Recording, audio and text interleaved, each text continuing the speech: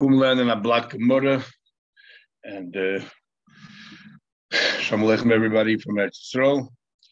Today's blot is Daf Lamed Vav Amud Aleph.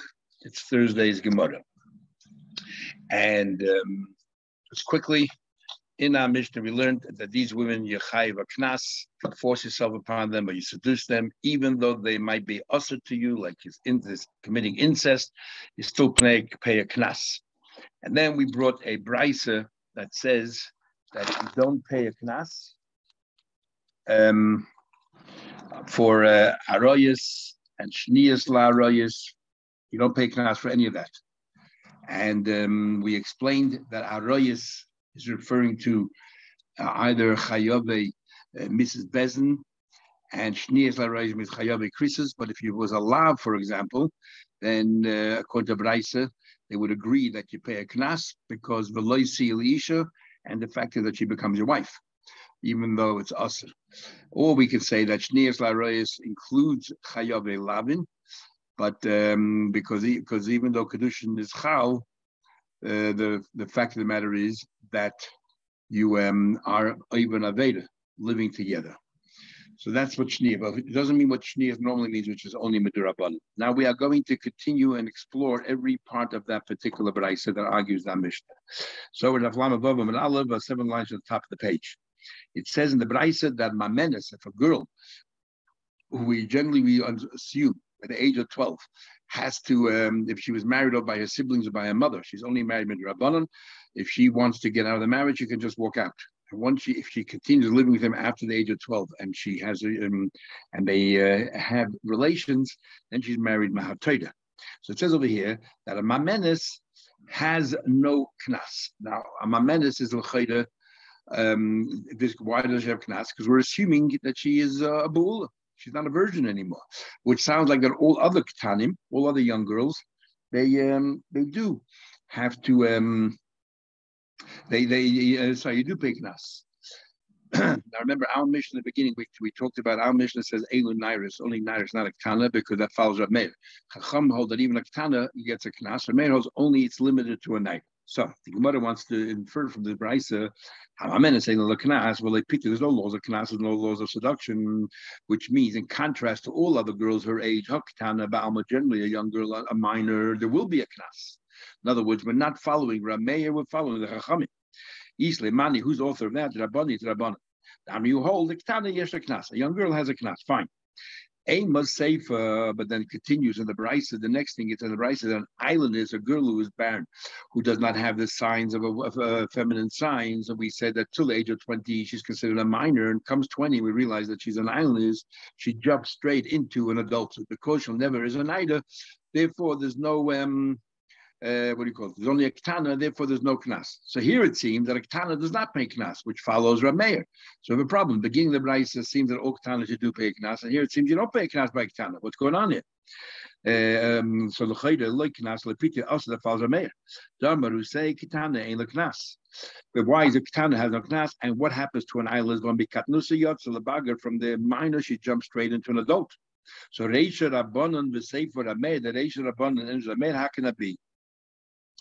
So the Chitema, you can answer me that Kula Rav Meir. I can answer as follows: the entire brayso is Rav Meir. So how come if the entire brayso is Rav Meir, then a ketana does not have knas? So how come you tell me that a mind has no knas? Because not everyone agrees that a miyun is only up to the age of 12. According to Rabbi Yehuda, a miyun can be up to older than 12, even 12 and a half.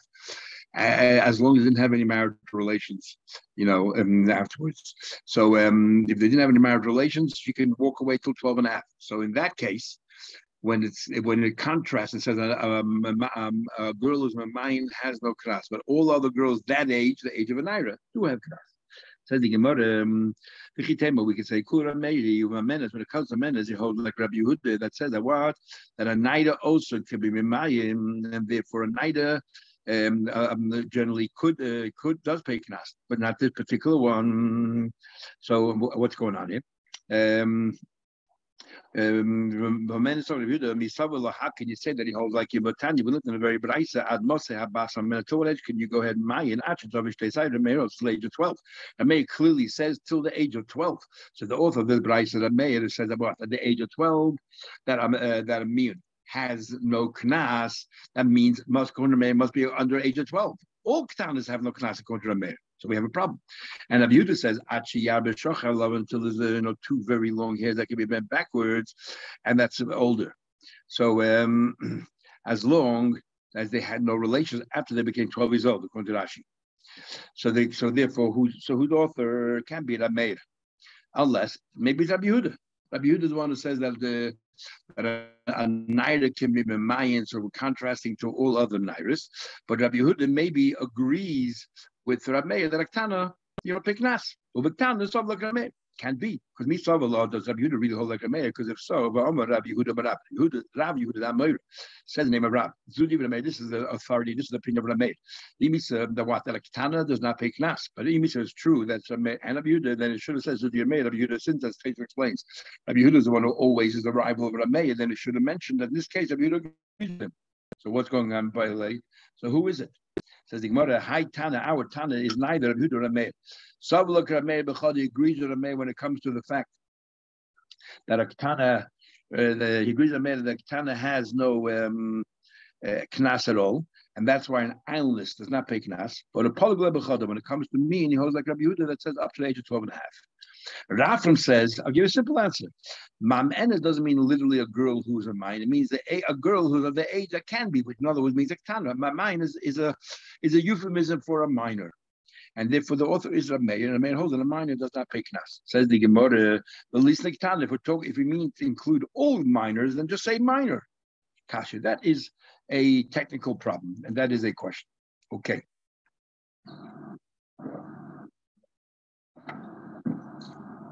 Says the Gemara, islanders ain't no knas. Sorry, it's very hot here in Israel.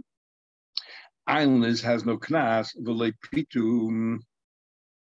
But it says further that an islandist, there's no penalty for an islandist, nor is there any seduction by an islandist, because goes straight from a katana to an adult. But I mean, that's a question. It says in another brayse, hacharesh is someone who is deaf and dumb. Ashait. And an islandist, talks about an islandist, it says they clearly yesh knas, argues with this Bryce and said that an island does have knas, as if to say from a minor to an adult, and a minor has knas. So what's going on here? The yeshlen tiny psulim. Another thing which we'll come back to is that there is these girls a cheresh cotton. You could have a tiny. I thought that the virgin turned out to be that they weren't a virgin, so they should forfeit their ksulim. And we'll come back to that. Says the Gemara, well, my room, I understand your question in the first place. You were asking a question about islanders. One place that says an islanders does pay knas, one place it doesn't. You know why? One place holds that a katana does receive knas, and one place holds that katana does not receive knas. Rameir holds that katana does not receive knas, so an islanders does not. And the other one holds that rabbanon holds it does. Says the Gemara, in fact, it's such an obvious answer. The Karli, my Karli, what was the question in the first place? Says the Gemara, actually, he was leading to another question. I'll lie you on that, and that is regarding the first part of the Braisa, where it says a charesh is and a shaita and a bageres. A charesh is and a shaita and a bageres, a girl over 12 and a half years old. And a mukazait, somebody that had a piece of wood that sort of hit against her area, their female area. Ain't lehen tiny suluk. None of them.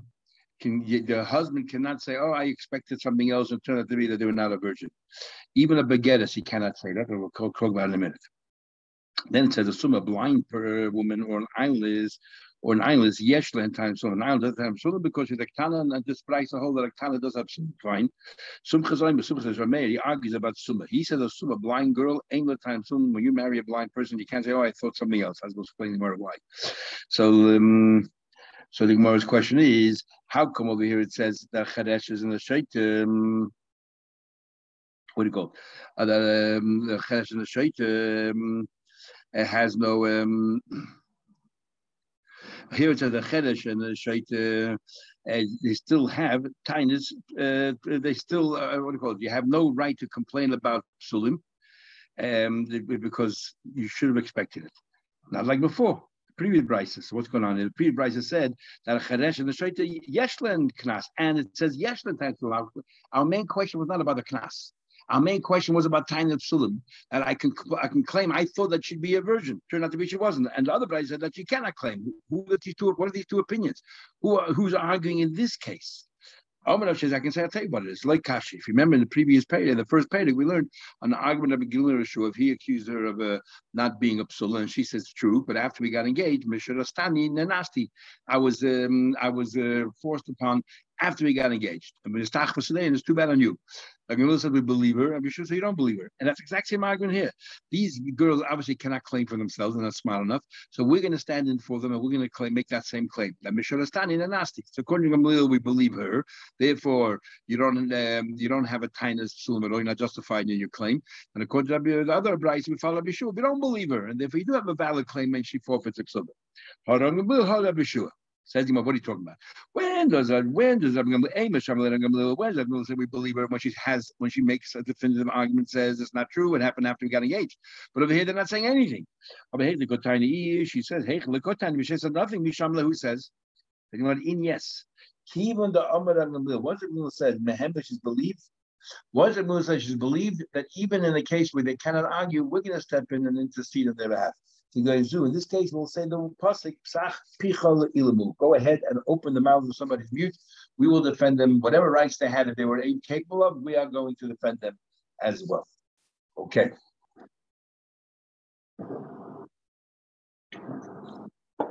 Sorry again.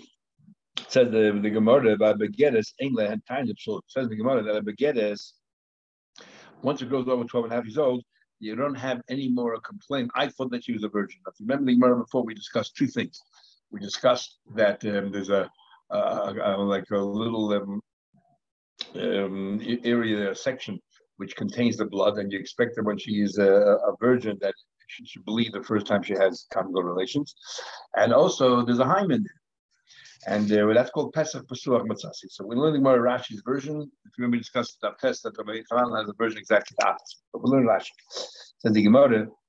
Here it says that begetters and 12 and a half girls, you can no longer claim Tainib Sulam. In other words, it seems you cannot complain, I thought it would be blood, there's no bleeding here at all.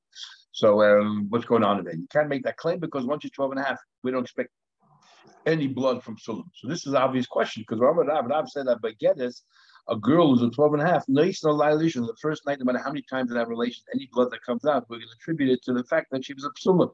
And it's not going to do it neither. The following night, remember, we had a whole machlekes in the test. How many nights you give them? 4 nights, whatever it is. But the following, not the test, we had it earlier, but the following, what do you call it? Nights, says it out. Then any blood you see afterwards, we're going to say it's not dam. Psulim is dam neither. But we see clearly that the entire first night, all the blood that comes out, is clearly considered dam sulim. So what are you telling me that a girl, if he says that, look, I found the blood, he has no claim? Of course he does. You expect some blood. Says the Gemara, you're right. If his complaint was, how come I didn't see any blood? Even the begetters had a little bit of blood, you should have seen something. We're not talking about the blood, we're talking about the hymen. It's only tiny to Bezuach. He said I didn't find any hymen. And that there's no claim because once you're 12 and a half years old, the hymen sort of disappears on its own, disintegrates and disappears on its own. And that's what we're talking about. It's exactly the opposite of Mechanal. He says that the hymen is still intact. It's the fact that there's no blood. And then Chase has a little bit of a problem. How to learn track. Setting about it further, Sumchis came along and said that a blind woman has no. You can't say I thought that she'd be a virgin. Why should a blind woman be different than anybody else? My time in the Sumchis, what possible logic the Sumchis have? She expected like a car because she fall down the ground and probably she tore her hymen. Says why that a blind person? Let people not fall down. Gemara says no. The Rashi learns is everyone else, all the girls will see it. They will tell their mother. The mother will therefore tell the chassan. Otherwise, they're deceiving him because you knew the Pesukah says and you didn't tell him from the outset. So therefore, it's so we know. But Zu ain't a roya. This girl has no idea. She doesn't see any blood. But ain't a mother, but they didn't show a mother, and therefore you can't say, I expected one thing because nobody told me anything. Nobody told you anything because no one knew. No one knew. So therefore, you had to assume the worst. Then it says in the Braise, Mishum Shemra, it says that if somebody left left her husband because the husband said spread bad rumors about her that she actually was mezana. Normally, when we say Moitze Shemra, we're saying that the husband brought witnesses that she was mezana while they were engaged. So Gemara is going to ask a question.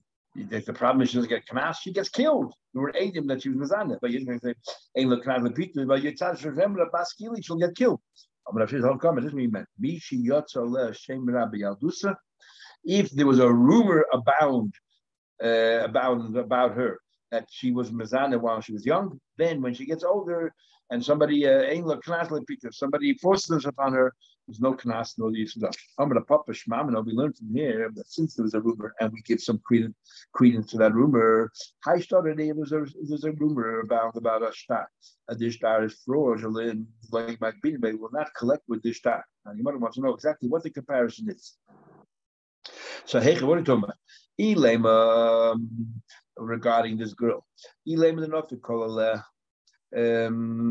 we have to talk about the shtar. He's comparing the shtar to the case of this woman by the Shemra. Are we talking about a rumor went about the shtar of the Zaifa? Who, if we talk about what do you call that there was a rumor that the shtar was false, the Kavasach, the nothing that called this a rumor went around that she's a Zaina. And therefore, she loses her ksuva and the same thing the shtar we won't be using. Is that true? If there's a rumor about a woman that she's a Zaina, she loses the ksuva. We ignore that rumor. Rumor's a rumor.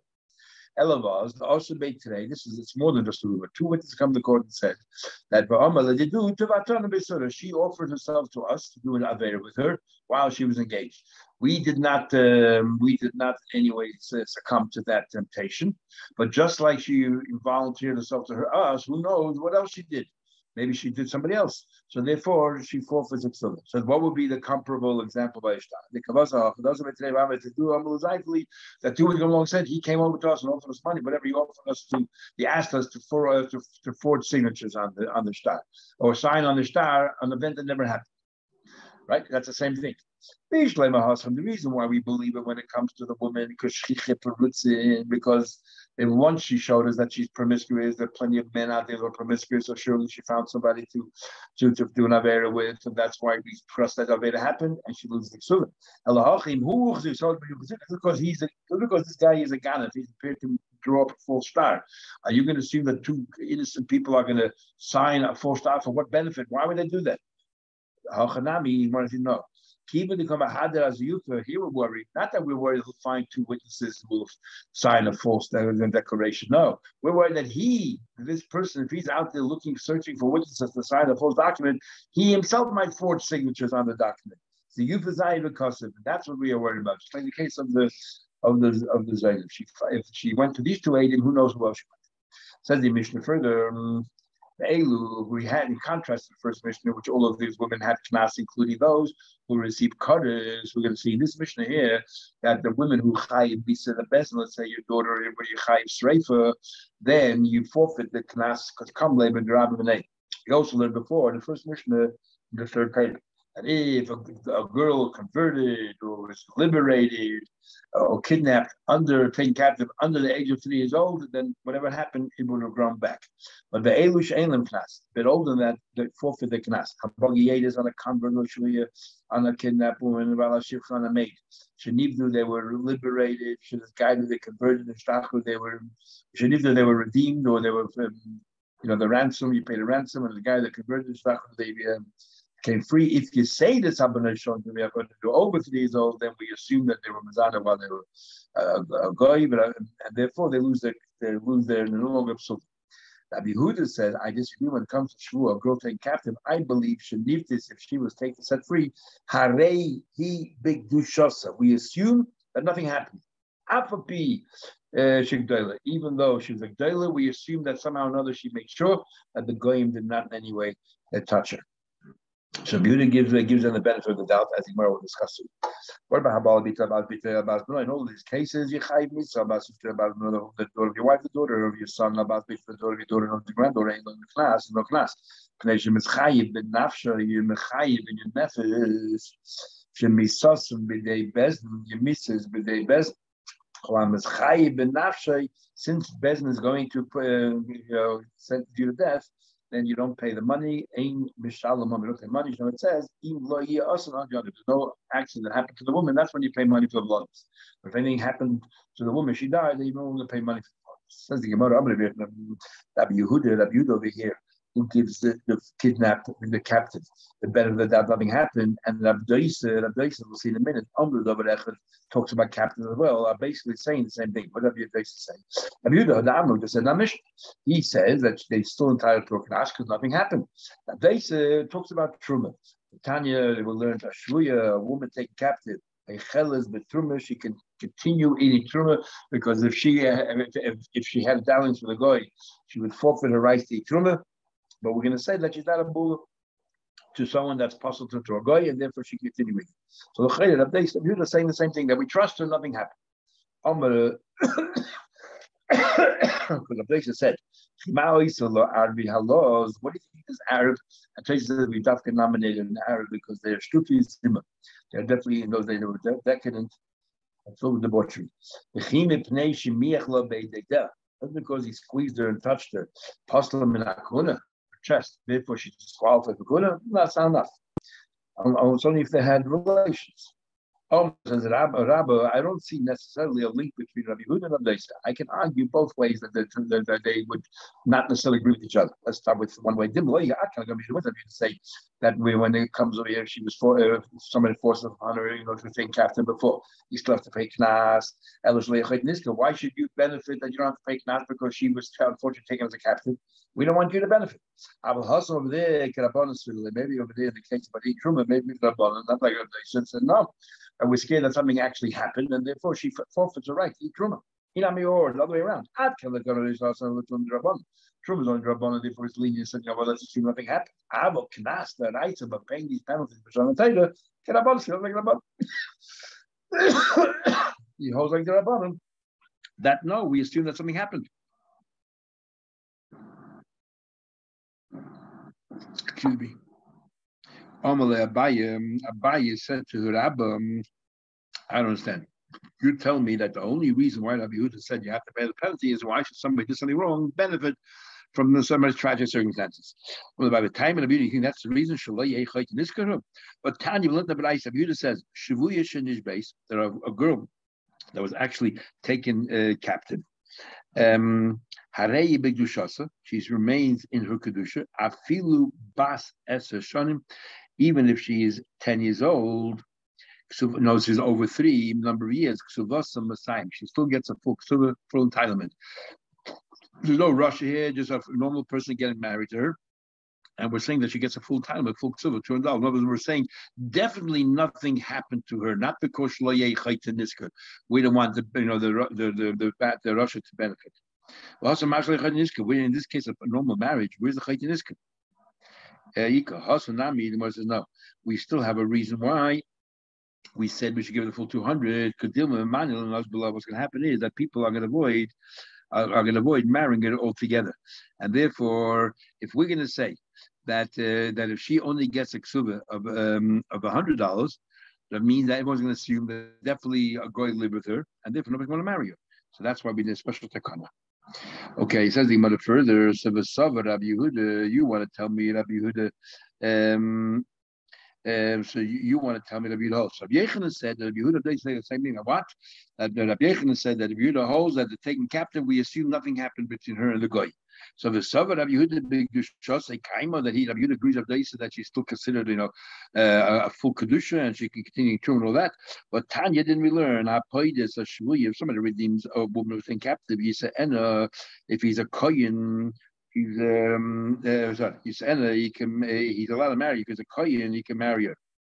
But if he testifies, not that he had any person, he didn't redeem her or anything else, he just testified that nothing happened to her. Lo yisiena, we don't allow her to marry. Right now, the Gemara thinks in both cases talking about that he redeemed her. But if he just gave ages, we trust him. The moment he wants to marry her,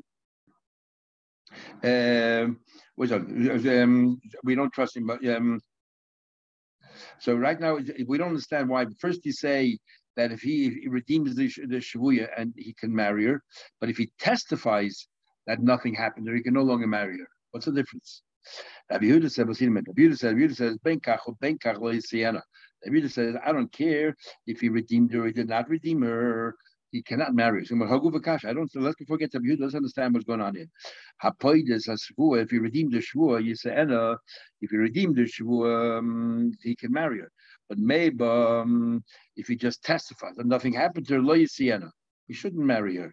Why not? Because he testified. No, not only did he redeem her, but he also testified. Suddenly made it worse because he also testified. Holocaust, that's no, you misunderstood. The second case is where he didn't redeem her. He just came along and testified. So why don't we believe him? And then he wants to marry. Why can't we? If he put his money where his mouth is and he redeemed her, and then he testified, he testified that she's with her, then even though he's a kohen, he can marry her. He didn't put any money there. He just said, look, she's a Torah and he wants to marry her, then and why? Because we assume that we think that maybe he's just telling the story because he wants to marry her. Nevertheless, come on, kasha of you, the usage of you, all them taken captive is totally Torah. And here we say that that if he just testifies about her, he cannot marry her. Now, we assume the worst. What the Papa says, Ema, you're right. Because of that, let's change the wording. Rabbi Yehuda says, Ben kach yisiena. Rabbi Yehuda holds no, that he could marry her, whether he testified, whether he redeemed her, he can marry her, because we assume that nothing happened. She remains in her kedusha. Now, the system Rabbi Yechon said, leave the words the way they are. And Rabbi Yehuda Taka hold that she says Kaddish, that we assume nothing happened. So how come over here he makes a distinction of whether you're redeemed or not? He's talking to the Rabban. Rabbi Yehuda is talking to the Rabban. According to me, Ben Kach, whether he redeemed, whether he didn't redeem, he can marry because we assume nothing happened to her. According to you, that you say that we assume the worst of Ben Kach, and then in both cases he should not be able to marry. How come you tell me the redeem yes, and if he says what testimony no? But Rabban, what's the large attack of the Rabban? They say if you redeem the shvua and you testify, you say you can marry her. Why? You don't throw your money waste time in the Voltanine. You don't throw your money away. So definitely it's Torah, and that's why you redeemed it. But if you stop give testimony that it costs anything, like you said that we don't want you to marry her, Shema ain't nosamba. Maybe you just fell in love with her, and that's why you're telling us the story, and it's not true. Ramila, again, we can ask a question of Rabbi Yechanan. So you, Rabbi Yechanan, understood that Rabbi Yehuda, they saying the same thing about that every captive we assume the goyim had nothing to do with them. Comes along, that Papa Bashmul asked Rabbi Yehuda a question. The Sava Rabbi Yehuda is a big taka hold. Big Dushasa Kaima that he remains in Kedusha, that if this girl was taken captive, we assume that the girl that touches remains Kedusha and everything else.